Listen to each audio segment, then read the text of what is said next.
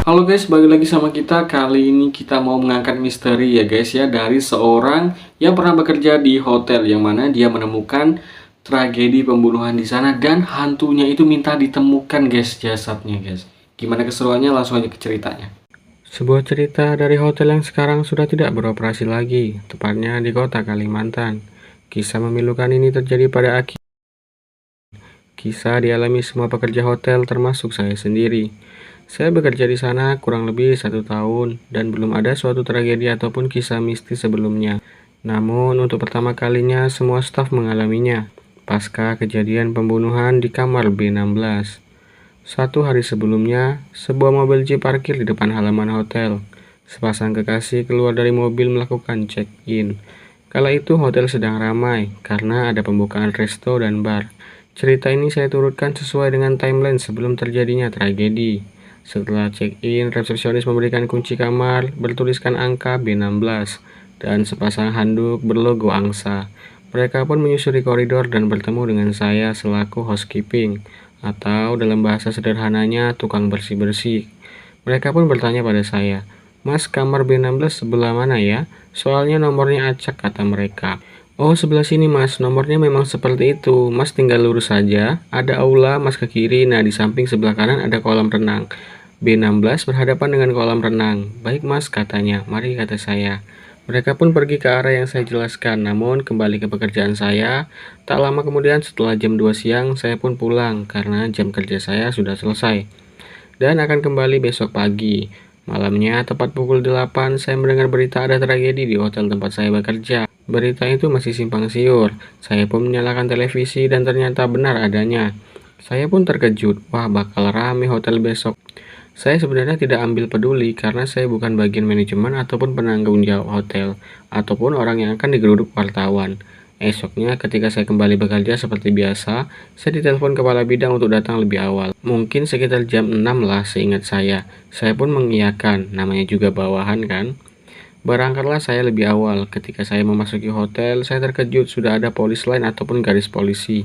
Wah, bakal rame banget ini. Ketika masuk ke dalam hotel, lah, di dalam cuma ada resepsionis, saya dan kepala bidang. Loh pak, kok sepi? Iya, semua staf dan tamu kita pulangkan lebih awal, katanya. Lalu saya bertanya, memangnya ada apa ya pak? Sudah jangan banyak tanya. Kamu pergi ke kamar B16, bereskan semua yang di sana. Tapi pak, kata saya, semua bukannya udah diurus polisi dan forensik ya? Tapi sudah selesai sekarang, tinggal dibersihkan, cepat sana. Oh gitu, kata saya. Sembari berjalan ke belakang mengambil alat tugas saya mengingat sesuatu yang cukup pendek jaraknya kalau dilupakan, yaitu B16. Walah, itu kan yang kemarin. Bergegaslah saya ke sana. Setibanya di sana, pintu kamar itu penuh dengan garis polisi, lalu saya menerobos masuk. Ketika saya masuk ke dalam, pemandangan di dalam seperti ruangan psikopat yang telah selesai membantai manusia. Dinding dan platform penuh dengan bercak darah, dan kasur penuh dengan buraian lendir yang hijau dan berbau pahit. Saya rasa itu adalah cairan empedu, dan mungkin ini adalah bagian perut yang terburai. Sulit dijelaskan pokoknya. Yang jelas baru 1 malam, tapi baunya sangat amis dan membuat siapa saja yang masuk akan mengeluarkan isi sarapannya. Padahal saya menggunakan masker, tapi baunya seperti menusuk-nusuk. Saya pun bergegas membersihkan dengan melipat spray dan bantal lalu menggosok lantai serta dinding. Sekitar 4 jam lamanya saya di sana. Seketika terdengar azan zuhur, barulah semua itu selesai dan kamar siap untuk tamu baru. Saya pun membawa barang yang kotor ke laundry hotel. Pas di jalan koridor, saya bertemu dengan kepala bidang. "Itu nggak usah dicuci, nggak bakal bisa. Jadi dibuang saja." "Baik pak," kata saya. Ketika saya mau buang, saya kepikiran. Kalau dibuang sayang, akhirnya saya simpan untuk saya bawa pulang dan saya cuci di rumah. Hari berlalu, sekitar 1 minggu setelah kejadian, saya beranikan bertanya kepada resepsionis kejadian waktu itu. "Apa sih mbak yang terjadi?" Resepsionis mengatakan jadi waktu itu terjadi pembunuhan dari pasangan yang menempati kamar itu. Mungkin sebelum maghrib, entah apalah motifnya. Karena si pria langsung keluar hotel dengan mata yang merah dan tubuh yang menunjukkan gelagat ingin cepat-cepat pergi. Lalu malamnya saat pelayanan kamar datang membawa makanan, di situ baru ketahuan. "Oh begitu," kata saya. Tak berselang lama datanglah seorang tamu yang membawa koper, dan dia mendapatkan nomor B16. Suatu kebetulan mungkin. Lalu ketika malam hari saya diminta kepala bidang untuk tidak usah pulang, menggantikan staf yang tidak bisa masuk. Ketika malam hari, penghuni nomor B16 minta ganti kamar dengan alasan kamar itu bau amis. Kepala bidang pun mengganti kamarnya, dan ia memanggil saya. "Bukannya sudah kamu bereskan?" katanya. "Sudah, Pak," kata saya. "Kok ada komplain masih bau?" "Nanti saya coba cek lagi, Pak," kata saya. Ketika saya cek, ternyata memang bau dan baunya kuat sekali seperti bangkai binatang yang sudah berhari-hari. Saya pun inisiatif menyemprot wangian. Lalu saya tinggal setelah itu. Tak lama kemudian datang lagi komplain dari penunggu kamar 15 dan 17. Lalu disusul dengan nomor 38 yang berhadapan langsung dengan nomor B16. Mereka komplain bau sekali katanya di sana. Saya pun bingung. Akhirnya kepala bidang dan beberapa staf termasuk saya kembali lagi ke sana. Dan di sana sangatlah bau. "Ini kenapa ya?" kata kepala bidang.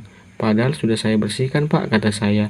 "Ya sudah, besok kita ganti saja semua barang-barangnya." Ketika esoknya, ketika akan mau diganti, pengunjung di kamar sekitarnya pun pada check out karena baunya yang kuat. Kami pun makin heran. Ada apa sih ini? Mulailah hal-hal yang ganjil terjadi. Ketika tamu hotel semakin sedikit dan akhirnya semua tamu hotel pun pergi. Tinggallah kami di hotel, saya, kepala bidang, resepsionis, dan beberapa office boy. Kepala bidang marah-marah karena ia ditegur dengan manajer hotel yang kala itu menelpon karena banyak komplain dan hotel menjadi tidak ada pengunjung. "Baiklah, karena hanya kita di sini, kita akan mencari tahu apa yang terjadi." Kami pun beramai-ramai memasuki koridor dan tercium bau busuk, amis, serta pahit. Ketika kami berjalan, ada bayangan wanita seperti mengintip dari pintu kamar B17. "Pak, apa masih ada tamu di kamar B17?" kata saya. "Enggak ada," katanya.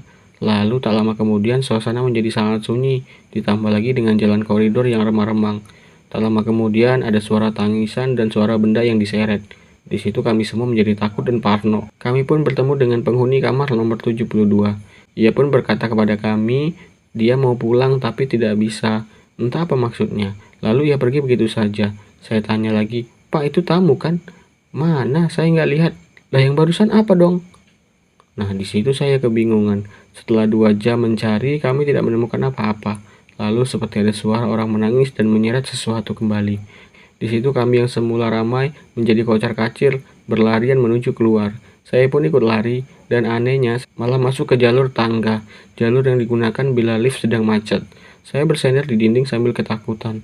Lalu tak lama dari atas ada suara yang menyeret sesuatu, dan ada tetesan air kental yang bau melewati anak tangga. Saya pun akhirnya mengetahui jika inilah penyebab bau itu, apalagi ditambah dengan ruangan AC. Saya pun naik dan memegang HT menginformasikan posisi saya. Mereka semua yang di bawah pun mengikuti saya. Ketika sampai di atas, di situ saya muntah dan merinding. Karena ada bagian tubuh manusia dari perut hingga kepala yang membusuk, dan ada sesuatu di luar jendela.